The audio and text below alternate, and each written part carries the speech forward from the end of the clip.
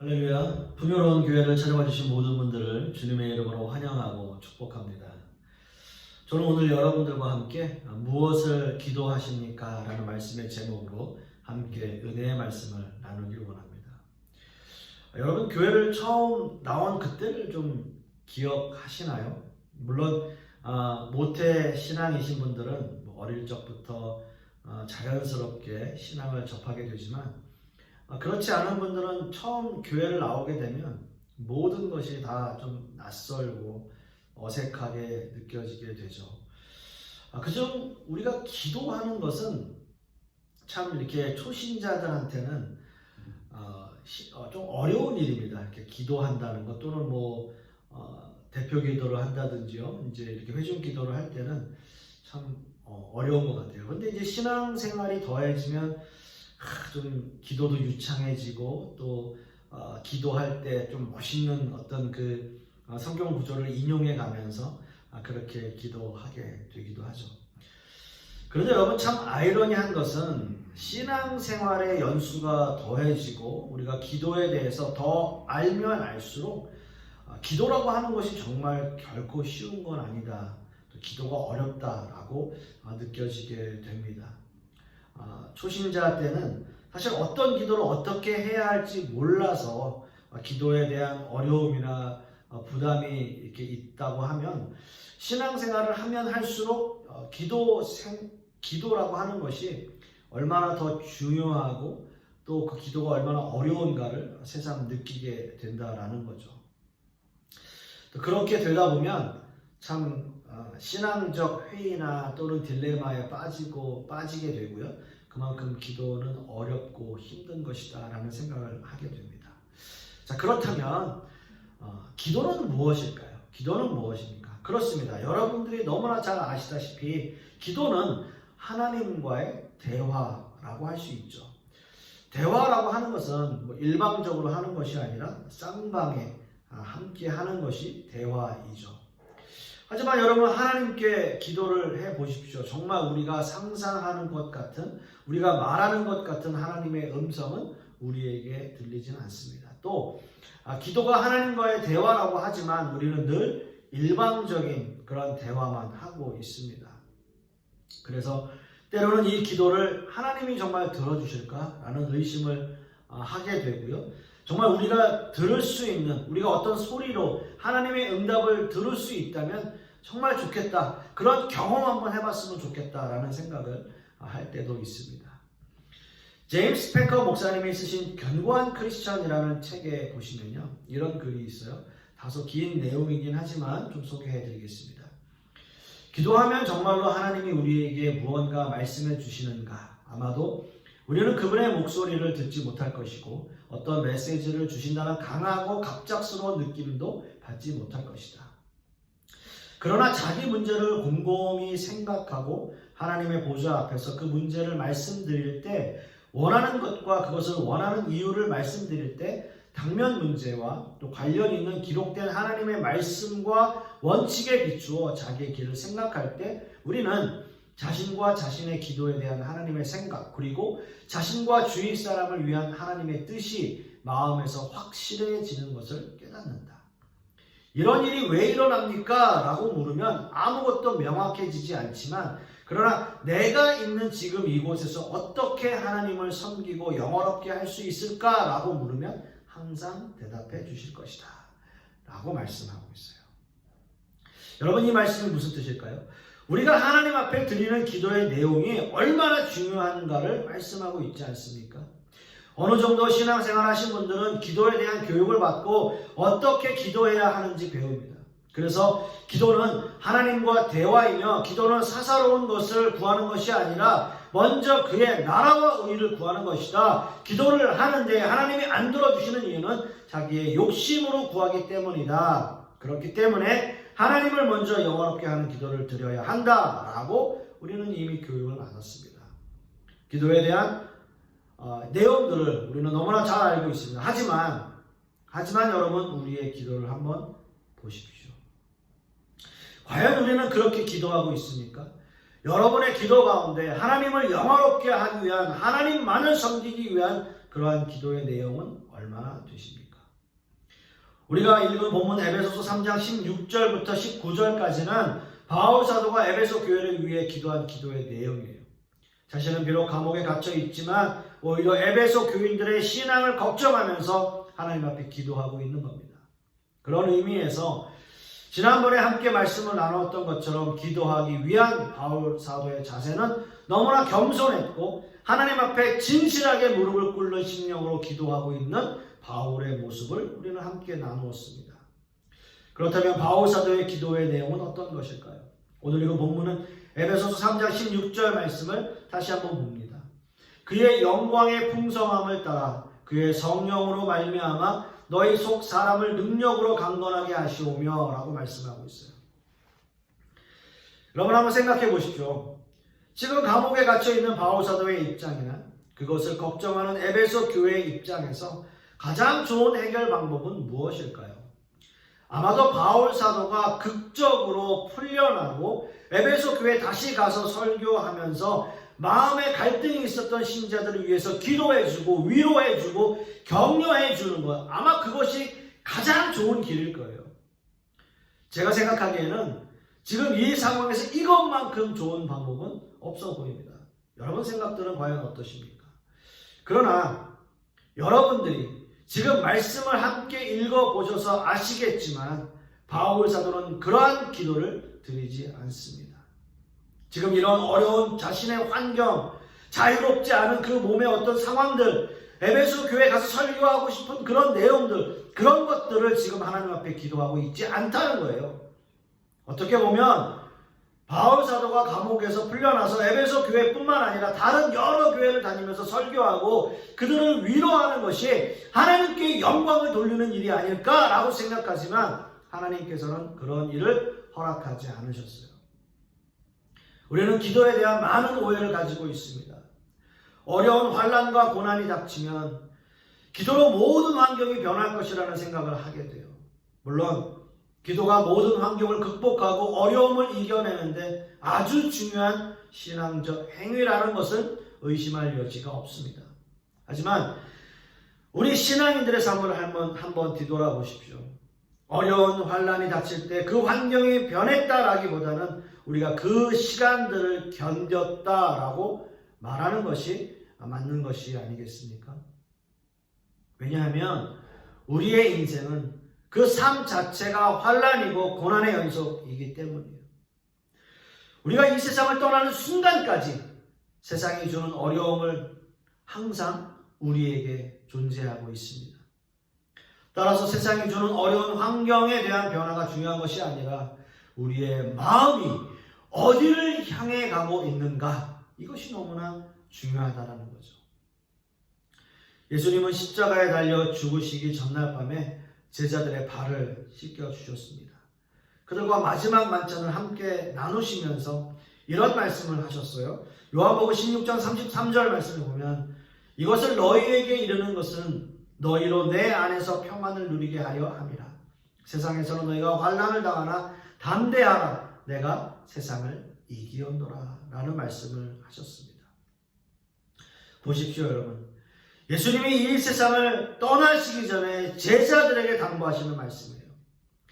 예수님이 십자가에 달려 돌아가시는 모습을 보고 충격을 받을 제자들을 향해서 현실적인 어려움을 극복하는 방법을 알려주시는 게 아니라 세상에서는 너희가 환난을 당할 것이다. 너희가 환난을 당하나 라고 말씀하세요.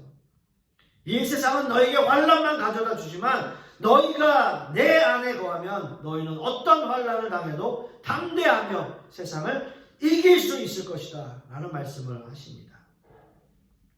세상이 주는 환난 속에서도 주님 안에 있을 때 참 평안을 누릴 수 있다는 겁니다. 그것은 세상이 주는 환난을 벗어나거나 그 환난을, 그 환경을 피하는 길이 아니라 세상이 주는 환난을 견디며 이겨내는 것을 말하고 있는 거예요. 사도행전 14장 22절 말씀에도 제자들의 마음을 굳게 하여 이 믿음에 머물러 있으라 권하고 또 우리가 하나님의 나라에 들어가려면 많은 환난을 겪어야 할 것이라 하고 라고 말씀하고 있습니다. 이제 바울 사도를 통해서 전도 여행이 시작되고요. 이방인의 선교가 시작되어지는 이 시점에서 바울 사도가 선포해요. 하나님의 나라에 들어가려면 많은 환난을 겪어야 할 것이다 라고 선포해요. 이 말씀이 당시의 초대 교회 성도들에게 주는 의미는 무엇일까요? 기독교라는 신앙 결코 만만하지 않습니다 라는 거예요. 이 신앙이 여러분들에게 환난을 가져다 줄 것입니다. 예수 그리스도를 믿는다는 이유만으로 많은 환난을 당할 것입니다. 하지만 낙심하지 마십시오.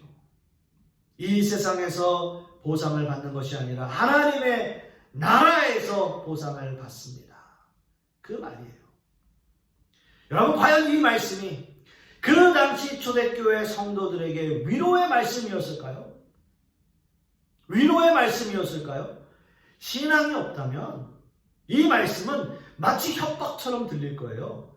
진실한 믿음을 가지고 하나님의 나라를 바라보며 진실한 마음으로 신앙생활하는 사람들에게는 이것만큼 위로가 되는 말씀이 없겠죠. 어찌 보면 그 당시에 이 말씀은 믿음을 지키며 많은 환난 가운데 있었던 초대교회 성도들에게 너무나 위로가 되고 안심이 되는 미래가 보장되어진 그런 말씀이었을 겁니다. 그야말로 초대교회 당시 기독교인이 된다는 것은 목숨을 걸어야 하는 길이에요. 하지만 바울 사도는 이런 환난의 시간을 벗어나는 길을 알려주시는 것이 아니라 오직 하나님의 나라를 바라보며 이 환난의 시간을 견디기를 기도하고 있는 거죠. 사랑하는 성도 여러분, 우리가 신앙생활하면서 가장 많이 느끼는 신앙의 딜레마가 여기에 있지 않습니까? 열심히 기도하고 열심히 신앙생활했는데 왜 나에게 이런 어려움이 있습니까? 왜 나에게 이런 시련이 있습니까? 왜 나만 이런 고통을 겪어야 하죠? 라는 질문 아닐까요? 하지만 성경은 분명히 말씀하고 있어요.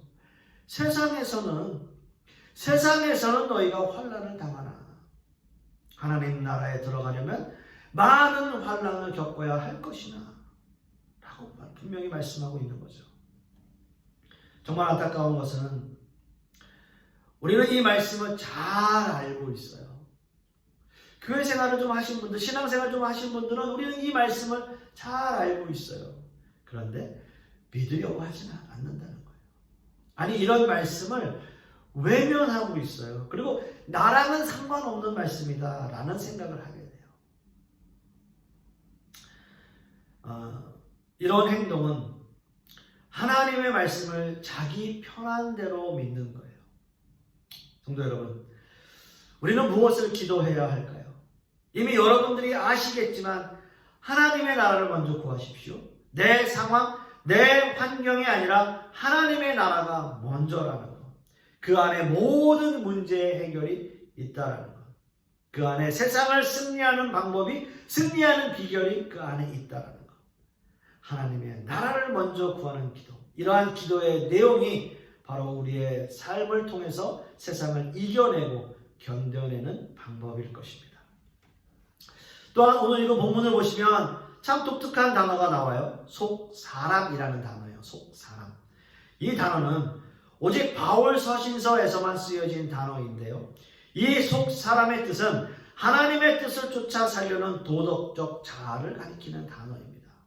즉 이 단어는 겉사람과 대조되는 말씀이기도 한데요. 그래서 바울 사도는 자신의 서신서에서 이 속사람은 하나님의 뜻을 찾아 살려고 하지만 겉사람이 그것을 방해함으로 여기에서 충돌이 일어나게 된다라고 말하기도 했어요. 또 다른 표현으로는 속사람을 하나님을 만난 마음이라고 표현하기도 했습니다. 로마서 7장 22절에서 25절까지의 말씀을 보시면 자세하게 설명되어 있어요.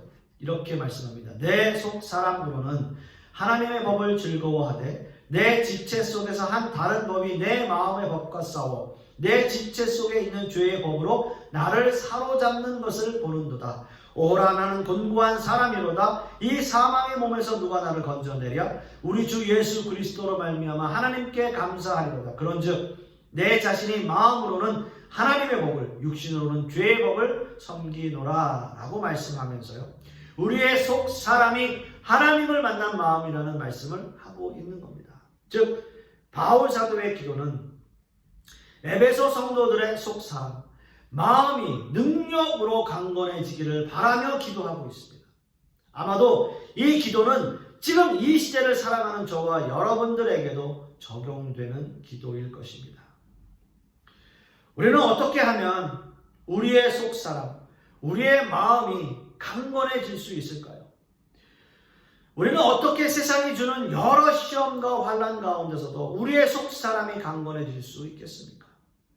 우리는 세상을 살아가면서 여러 가지 환난과 고난을 겪으면서 육적으로나 영적으로 힘들어지는 경험을 하게 되는데요, 계속해서 마음으로는 하나님의 법을 따르려고 하지만 육적으로는 죄의 법을 섬기려고 한다는 바울 사도의 고백이 우리의 실제적인 삶의 현상에서 겪게 되는 신앙인들의 일반적인 고민일 거예요. 누가복음 18장 1절 말씀을 보시면 예수께서 그들에게 항상 기도하고 낙심하지 말아야 할 것을 비유로 말씀하여 라고 말씀하고 있어요. 이 말씀은 예수님이 제자들에게 불의한 재판장에게 자신의 원한을 풀어달라고 간청하는 과부에 대한 비유입니다. 날마다 자신의 원한을 풀기 위해 불의한 재판장을 찾는 과부를 위해서 결국 그 재판장은 그 과부의 소원을 들어줍니다. 그리고 이어서 7절 말씀에 하물며 하나님께서 그 밤낮 부르짖는 택하신 자들의 원한을 풀어주지 아니하시겠느냐, 그들에게 오래 참으시겠느냐라는 말씀을 해답으로 주고 계십니다. 이 말씀에서 원한을 고난이나 환난으로 생각한다면 우리는 이 세상을 살아가면서 이런 환난이나 고난을 겪으며 살아갈 것입니다. 하지만 중요한 것은 진실한 마음으로 하나님 앞에 자신의 상황을 부르짖고 기도해야 한다는 거예요. 1절 말씀에서처럼 우리는 날마다 기도하지만 낙심하는 일들이 있어요. 환난이나 어려움이 금방 사라지지 않을 때도 있어요. 그럼에도 불구하고 기도하는 거예요. 낙심하지 않고 기도하면 하나님께서 반드시 그 기도에 대한 응답을 허락하실 것입니다. 끊임없이 기도하는 거예요. 낙심되는 일이 있다 하더라도 기도하십시오. 그 안에 승리의 비결이 있습니다. 이렇게 끊임없이 기도할 때 주님이 우리에게 말씀하세요. 하물며 하나님께서 그 밤낮 부르짖는 택하신 자들의 원한을 풀어주지 아니하겠느냐. 하물며 날마다 기도하시는 여러분들의 기도를 들어주시지 않으시겠습니까? 사랑하는 성도 여러분, 이렇게 우리는 끊임없이 하나님 앞에 우리의 어려운 상황들을 아뢰고 하나님께 우리의 삶의 길을 맡기는 것이 바로 기도입니다. 이런 기도는 가식이 있을 수 없고요, 형식적인 기도 역시 있을 수 없습니다. 그저 순수한 마음으로 주님을 바라보며 어린 아이처럼 순수하게 하나님을 바라보면서 우리의 기도를 올려드리는 거예요. 여러분, 아이들의 기도 한번 보세요. 아이들은 그냥 꾸밈없이 그들이 그냥 생각하는 대로 기도하잖아요. 순수한 마음으로 기도하게 됩니다. 사랑하는 성도 여러분, 어떻게 보면 어린아이처럼 기도한다라고 하는 것이 그 아이들의 신앙의 모습처럼 맑고 순수하게 기도한다는 것 자체가 쉬운 일은 아닐 것입니다.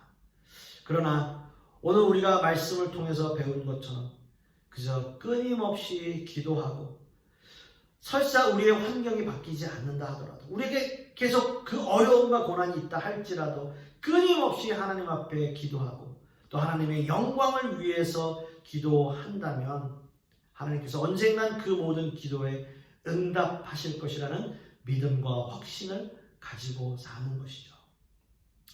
여러분, 무엇을 기도하십니까? 무엇을 위해서 기도하십니까? 간절히 소망하기는 하나님만을 위한, 하나님을 영화롭게 하기 위한, 또 하나님께만 영광 올리는 그러한 기도, 끊임없이 그렇게 기도하는 저와 여러분 되실 수 있기를 간절히 소망하겠습니다. 기도하겠습니다. 아버지 하나님 감사합니다. 오늘 말씀을 통해서 무엇을 또 어떻게 기도해야 할지 말씀을 통해서 함께 하나님의 음성을 나누었습니다. 우리가 어떠한 어려움과 환난과 고난이 우리에게 있다 할지라도 우리가 끊임없이 믿음으로 기도하며 끊임없이 주님의 영광을 위해 기도할 때에 하나님께서 그 모든 것들을 응답하신다는 그 믿음과 확신을 가지고 기도하는 우리 모든 성도님들 되게 하여 주시옵소서. 이번 한 주간도 그러한 삶을 살기를 소망하며 예수 그리스도 이름 받들어 기도드렸사옵나이다. 아멘.